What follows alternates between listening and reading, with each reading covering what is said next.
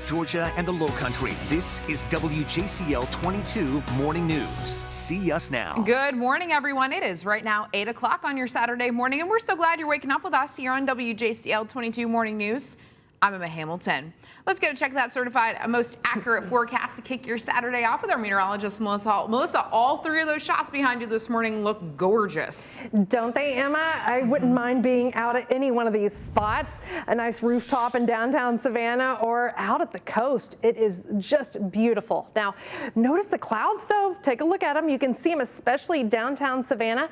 Not all of us just waking up to clouds. Some folks over in Jeff Davis into Montgomery County got some showers to go along with it, and all of us have the chance of showers today. But don't worry, it's not going to be nonstop rain. And in fact, not everybody's going to even get a shower. It's because we have a front coming in and it's breaking apart as it does. But the good news is it's going to bring some much needed relief from this heat. We're still in the 70s, as you can see, and it is warm out by the coast. But then behind it, you got some 50s and 60s out there to our west. So that cooler weather, it's going to come in not just overnight, but look at the daytime highs. Today, another hot and muggy one with that 40% chance of showers and thunderstorms that are scattered about. But tomorrow, not as warm. A little light breeze out of the northeast. By Memorial Day, it is actually going to be a breeze out of the northwest tomorrow and northeast by Memorial Day.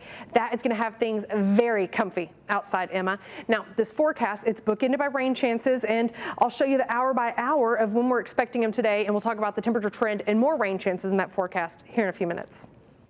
Melissa, thank you. This morning, millions are on the move. AAA says 37 million Americans are traveling this Memorial Day weekend. That's 60% more than last year. Our Brooke Butler checked out the Savannah airport and has more now on the crowds there. It almost feels normal here at the Savannah airport. Plenty of people are traveling through here, many for the first time since the pandemic began. It's really crowded, much more crowded. You know, everybody is wearing their masks, I think, for the most part, which is nice. Travel is picking up at the Savannah airport. Seems pretty crowded. Over at arrivals, emotional reunions. It's been a long time. It's been 4 years now. Elena Awilua came into town from California to surprise her niece for her graduation. It's the first time she's traveled since the start of the pandemic. Mixed emotion, nervous, happy, and yeah, we're excited. Others who have flown in recent months, like Brian Smith, say the atmosphere is much different this time around. Just less worry, and I think overall, just everybody seems more relaxed. But over at the rental car counters, there's more aggravation than relaxation. We've been waiting over an hour or so.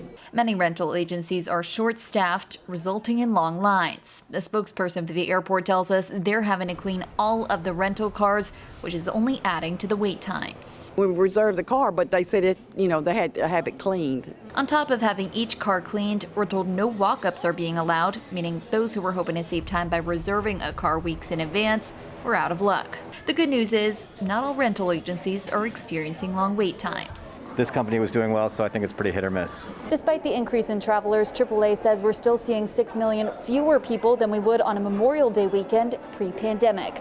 Brooke Butler, WJCL 22 News. AAA says the increase in travel this holiday weekend is likely the result of the CDC's new guidance that fully vaccinated people can now travel at low risk to themselves.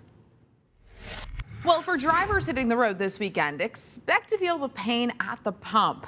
Gas prices have climbed to a 7-year Memorial Day weekend high. According to AAA, the average price for a gallon of regular gas in Georgia right now is $2.92, and in South Carolina, it's $2.84. The CEO of Atlanta-based Delta Airlines does not believe you'll have to be fully vaccinated to get on board a plane.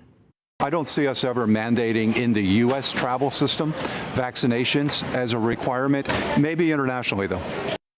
CEO Ed Bastian made those comments yesterday ahead of a much anticipated summer travel season. Delta Airlines was one of the last airlines to resume selling those middle seats. It's the first 3-day holiday since a majority of adults in the U.S. have been fully vaccinated. Traffic and travel expected to be at an all-time high now that many feel safer taking that big trip. ABC's Zareen Shah reports. It's expected to be one of the busiest travel weekends since the beginning of the pandemic. 4 months after I took office, we're further along in this fight than anyone thought possible. Farther along with the help of vaccinations. Nearly 60% of eligible Americans getting at least one dose. And a proof of their effectiveness, Seattle station KOMO reporting that a majority of infections in that city are among people who are unvaccinated, and that the unvaccinated there have a greater risk of infection than they did this time last year. California planning to spend more than $116 million to incentivize people to get vaccinated. The cost of not getting vaccinated is exponentially, incalculably higher. I don't think this, I know this, just ask the Treasury. 2.5 million travelers expected to take the air this weekend. Masks still required while in airports and on planes. The mask mandate is a federal mandate in airports and on airplanes, and that's going to hold true probably until mid-September. And this weekend, one of the largest gatherings since the pandemic started. Over 135,000 fans expected to attend Sunday's Indy 500. There is nowhere else I would be. And we could be seeing more signs of a return to normalcy. Remaining restrictions in Massachusetts lifting tomorrow. And the long-awaited guidance for summer camps, the CDC now saying children do not have to wear masks or even social distance if everyone is fully vaccinated. The guidance also specifying people should remain in the same small groups as much as possible. Zoreen Shah, ABC News, Los Angeles. Kroger stores all across our area are now offering new incentives for those who get vaccinated. Kroger will give away 5 $1 million payouts and 50 chances to win free groceries for a year. The campaign will start next week. So far, Kroger Health has given out more than 4.5 million vaccines.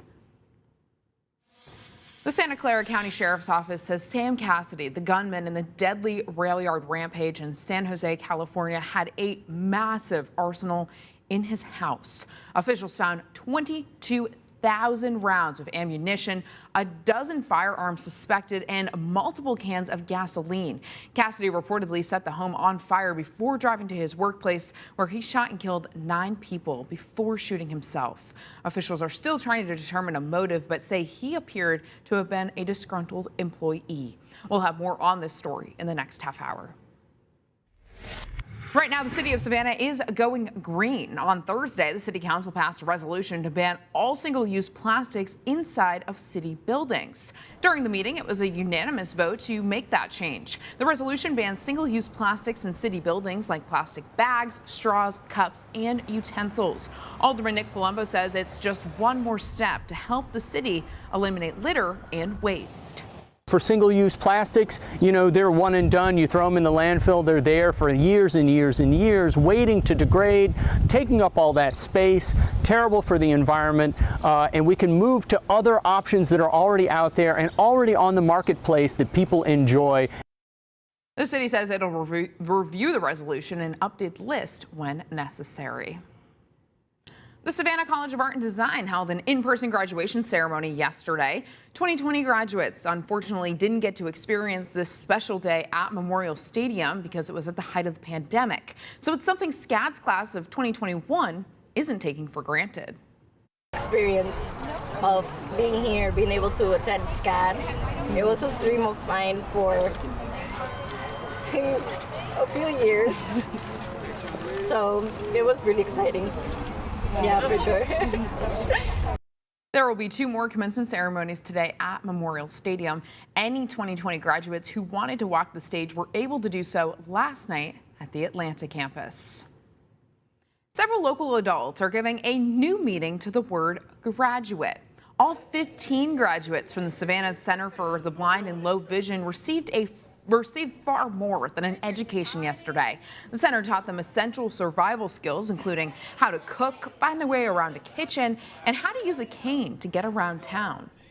I learned a lot of things that I didn't know and that can help me get around, especially in my apartment and walking around my building. The center has really taught me how to get around the house, to do things for my family, to cook, to wash clothes, to simple things as ironing and cleaning. They've also showed me ways to help my children with their work. The center usually hosts 2 graduations a year, but had to cancel both ceremonies last year because of the pandemic.